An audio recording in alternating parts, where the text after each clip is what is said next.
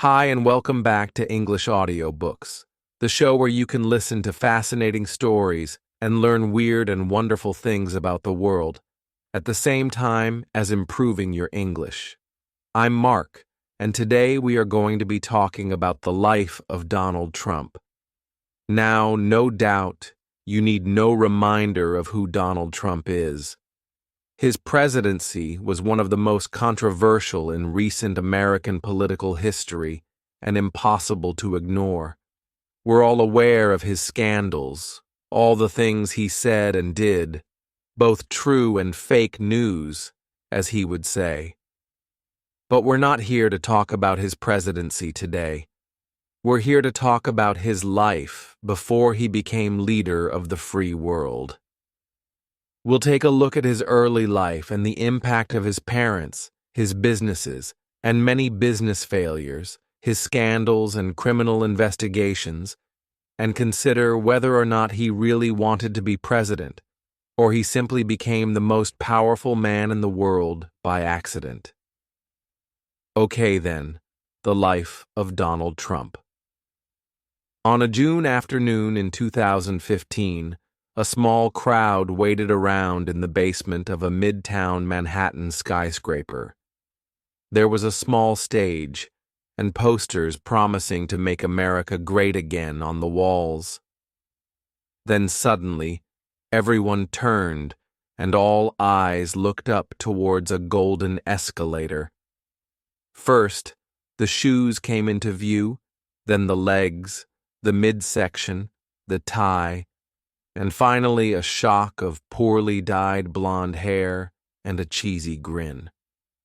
The reality TV star and businessman Donald Trump was slowly descending the golden escalator, and he just announced his candidacy to be President of the United States. It was an escalator ride that altered American history forever. Just exactly 69 years before this, a Scottish immigrant named Mary MacLeod gave birth to a boy. His name was Donald John Trump, and he was born in New York on the 14th of June, 1946. His father, Fred Trump, was a brash, outspoken New York real estate developer. Fred and Donald were, you could say, a great example of the famous phrase, like father, like son. Fred Trump had made his fortune building thousands of apartment units, mostly in Brooklyn, New York, for some of the city's poorest people. But he didn't do this out of the goodness of his heart, of course.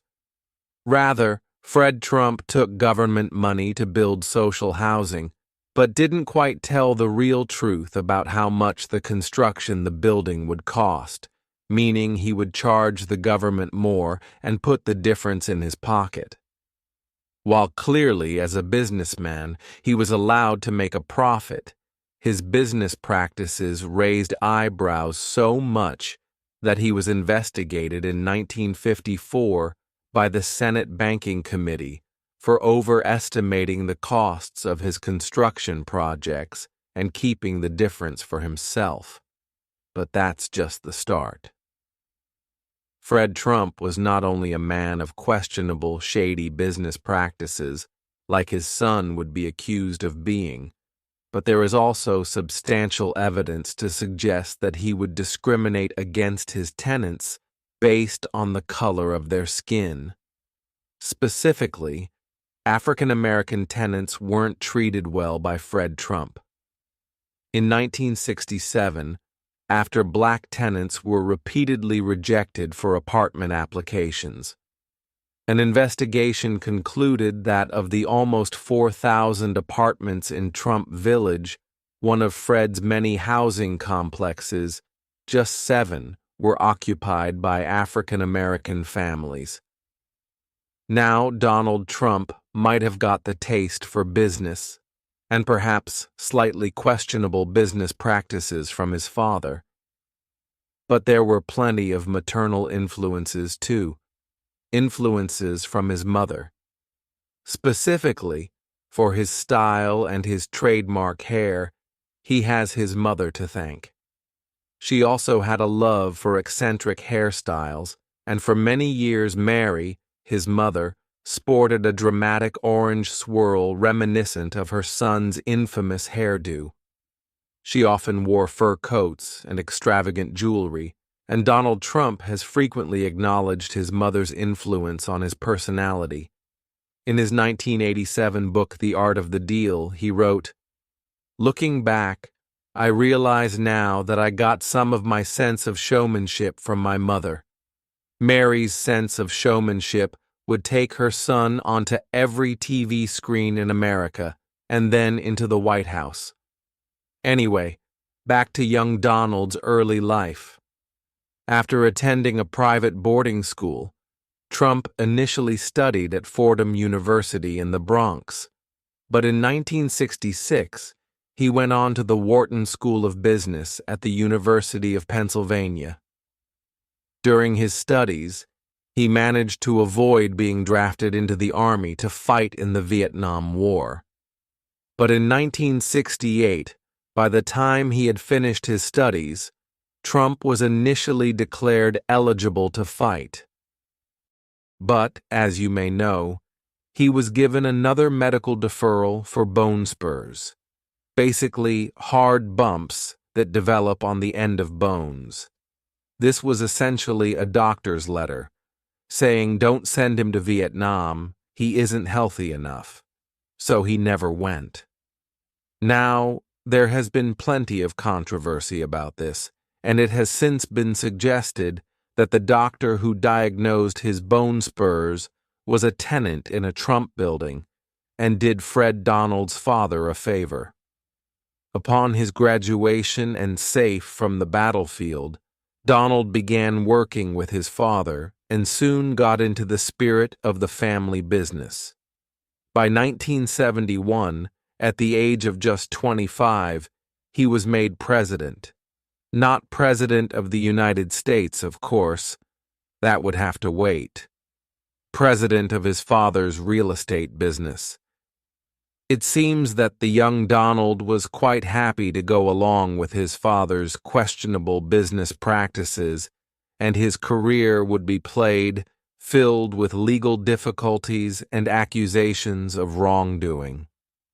In 1973, Fred and Donald, along with their company, then called Trump Management, were sued by the U.S. Justice Department for violating the 1968 Fair Housing Act for alleged racial discrimination at their apartment buildings in New York City. Both Fred, who was chairman, and Donald, the company president, were named as defendants in the lawsuit. He might not have been for a great reason, but this was Donald's first time in the national spotlight, and he certainly made the most of it. In response, the Trumps decided to counter-sue the Justice Department for $100 million. But the matter was eventually settled out of court in an arrangement that meant they didn't have to admit any guilt, any wrongdoing. In the late 1970s and 1980s, Donald began to go up markets and move the family business from affordable housing into luxury hotels and casinos. To do this, however, he needed two things: money and lots of it, and political connections to get purchases and planning permission approved. Fred Trump, his father, had both. And it's here really that the career of Donald Trump took off. It all started, in Trump's own words, with a small loan of $1 million from his father. Now, $1 million in the early 1970s is about $7 million now. It's not everyone's definition of a small loan, and there is plenty of evidence to suggest that Trump was actually loaned a lot more than he first claimed. With this money, he continued buying up properties, and in 1983 opened the famous Trump Tower, an office, retail, and housing complex that would become the headquarters of the Trump Organization. and where he famously announced his candidacy for president after descending the Golden Escalator in 2015. From here, the developments continued to grow. And of course, the Trump name was plastered all over every new building. Using loans and political favors, he bought and developed Trump Plaza in 1984 and the 19th-story Plaza Hotel in 1988 for $400 million. In 1985, he bought the famous Mar-a-Lago estate in Palm Beach in Florida, the estate that he would later refer to as the Winter White House, and a state where it turned out he had been keeping classified materials after handing over the presidency. On top of this, there were casinos in Atlantic City, an airline, and a smorgasbord of interlinked business ventures, all of course named Trump something or other. But much like the fortunes of politicians, the world of business is often unpredictable, and success can ebb and flow with the economy. Ebb and flow basically means something that goes up or down or varies. Well, when economies across the Western world started to fall into recession in the early 1990s, the many Trump Organization businesses also began to suffer. Trump struggled to keep up with his debt payments, the money he owed, which is believed to have gone into the billions. Although, as we know from his time in the White House, he likes to keep his financial records close to his chest or top secret. After trying to restructure some of his businesses, Trump was forced to give up his airline and sell his super yacht called the Trump Princess. He was forced to take out new mortgages on all of his businesses and limit himself to a personal budget. But the financial difficulties continued to grow. Trump Taj Mahal Casino was called into bankruptcy court in 1991. It was $3 million in debt just 1 year after opening its doors, and 2 of his other casinos, as well as his Plaza Hotel in New York City, also went bankrupt in 1992. Things got so bad in the 1990s that Trump almost went personally bankrupt. And in 1992, with banks threatening to foreclose on the huge loans they had given him, Trump agreed to turn over many of his remaining assets. From that moment on, most major banks were skeptical about doing business with the self-styled, very stable genius, and the Trump brand moved mostly into entertainment ventures. As always, Trump's true business value was unclear. Of his net worth during this rocky period in the 1990s varied from the billions to the negative millions. Our next stop is a place where you might have first become aware of Donald Trump on a TV screen. Despite all the business successes and failures and being relatively well known in New York social circles, nothing made Trump more famous or set him on the road to the White House more than the reality TV show The Apprentice. Not only could he present himself as a highly successful businessman on TV screens across America, never mentioning all the legal cases and bank properties, of course. He also made quite a lot of money from the show. It's believed that Trump made around $200 million from The Apprentice. But to someone who would claim to be a billionaire, and someone who clearly had a keen understanding of the value of a brand, The Apprentice gave him something much more valuable. It positioned him in the minds of the American public as a self-made billionaire.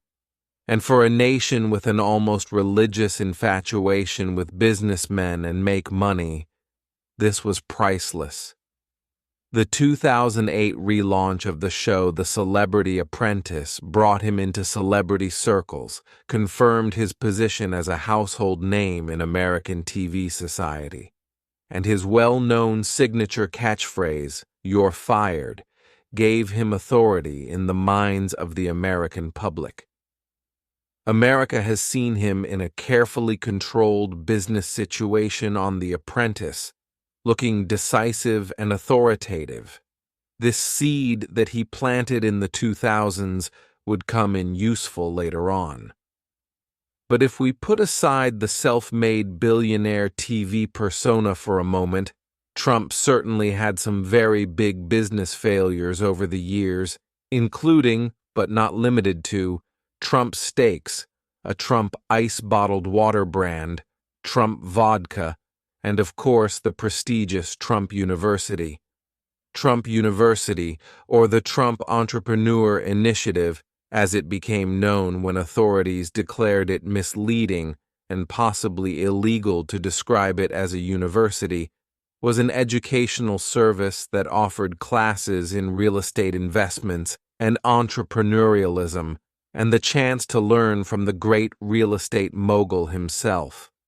For the small price of up to $50,000, you too could learn how to become a real estate billionaire, just like Donald Trump. It sounded too good to be true. You'd only need to pay $50,000, but you'd learn the secrets to become a billionaire. It turned out that it might just have been too good to be true. In 2011, Trump University was investigated by the New York Attorney General, and in August of 2013, the state of New York filed a $40 million civil lawsuit alleging that the business had lied to and defrauded its students.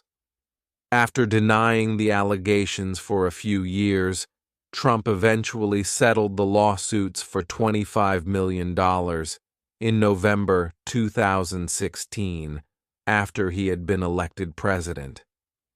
So how exactly did Donald go from TV star to president of the free world? Was the White House always part of his plan, or was it an elaborate marketing strategy that got out of hand? Was he a committed politician or a shameless opportunist? Well, despite what Trump might have said on the campaign trail back in 2016, it's believed that he first considered a presidential run as a Republican as far back as 1988. He was never quite the anti-establishment political outsider he makes himself out to be, and he had been involved with politics on some level for most of his life. In 2000, he was a presidential candidate for the third-party Reform Party, but he withdrew after winning 2 primaries. He then unofficially campaigned for a while in 2012, and reportedly also considered a run in 2014. It's safe to say that Trump had flirted with the idea for many years, but had no strong political ideology or values guiding him, and wasn't really interested in things that he couldn't win or profit from. Although he was a Republican president, and is now considered anything from moderately to extremely right-wing, Trump's political donations over the years make for very interesting reading. Specifically, until 2010, he had donated more to the Democrats than he had to the Republican Party. And his official party affiliation has also changed over the years. He initially registered as a Republican back in 1987, switched to the Reform Party for that brief presidential run in 2000, was a Democrat between 2001 and 2009, and then finally switched back to the Republicans in 2009. In fact, and you might find this very surprising, in 2008, he actually endorsed Hillary Clinton in the Democratic primaries, but then supported the Republican John McCain for president. So back to his path to the presidency. In February of 2011, Trump appeared at the Conservative Political Action Conference, and although his speech there is believed by some to have ignited his career within the Republican Party, many in the media thought his appearances were more promotional than political, and that in reality the whole thing was a marketing ploy, a marketing idea for The Apprentice. Indeed, there's real speculation among journalists and historians that Trump's presidential run in 2016 also began as an attention-seeking scheme to promote his struggling business ventures. As the former Fox News CEO and close friend of Trump, Roger Ailes once said, "If you want a career in television, first run for president." And many people believe that that's exactly what Trump wanted to do. Run for president, lose the election, but receive hundreds of millions of dollars worth of free publicity, then launch a new news network, or use the increased fame as a marketing technique for his businesses. Even a week before the election, reportedly, Trump and his team were sure he would lose, and he was okay with that. According to one journalist, Trump told Ailes that the campaign had been bigger than I ever dreamed of. "I don't think about losing because it isn't losing. We've totally won." So, what happened when he actually won? Well, it was a shock, to say the least. Donald Trump Jr. is reported to have said that his father looked as if he had seen a ghost. Melania was in tears, and not tears of joy. After winning the most unlikely of political upsets, there were reports that Trump didn't even want to live in the White House, and that he was unimpressed with the decal, and that he struggled to live without the maids and butlers that he had long enjoyed in his collection of private residences and hotels.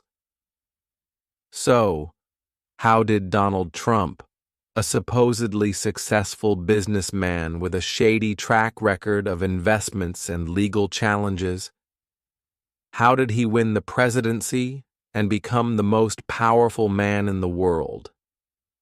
Well, clearly tens of thousands of hours of TV and millions of words have been written analyzing how and why this happened.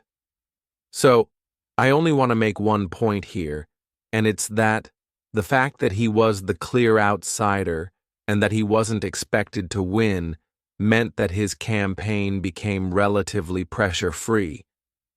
This allowed him to paint himself as a political underdog, someone thought to have little or no chance of winning anything. Portraying himself as an outsider against the establishment candidates and former First Lady Hillary Clinton, Trump was pretty much free to say and do whatever he liked. This was, as I'm sure you'll remember, often done in a very provocative, offensive, and politically incorrect language. He bragged about his wealth, claiming it would free him from the influence of the big political donors that dominated Washington, and promised to drain the swamp in Washington, D.C. Desperate to be seen as rich and powerful, he talked endlessly about his business empire, his bank balance, and even his golden toilet. This kind of braggadocious behavior clearly resonated, and he portrayed himself as a tough, self-made billionaire businessman who would be able to have the same success in government as he had had in the business world. So, by a combination of luck, opportunism, and the unpopularity of his opponent, on November the 9th of 2016, Donald Trump won the U.S. presidential election in one of the greatest political upsets of all time. His decisions in office enraged many, delighted many others, and he tore up the rule book in anything and everything from climate change to trade and foreign policy. It made him the most famous and recognizable face in the world, and there wasn't a day when he wasn't all over cable news. Of course, the Trump show might have quietened down, but it is far from the end of the series. There are rumors of another presidential run in 2024, when Donald Trump will be 78 years old. If this does happen, as Trump knows all too well, it will be must-watch TV. Okay then, that is it for today's episode on Donald Trump, a reality TV star and a businessman with a questionable legal track record that went on to win the presidency and shift the direction of not only American, but world history. As always, I would love to know what you thought about this episode. Where does Trump rank among U.S. presidents? Do you think he really wanted to become president? And have we seen the last of Donald Trump? Or is this just the start? I would love to know. So let's get this discussion started. You've been listening to English Audiobooks. I'm Mark, you stay safe, and I'll catch you in the next episode.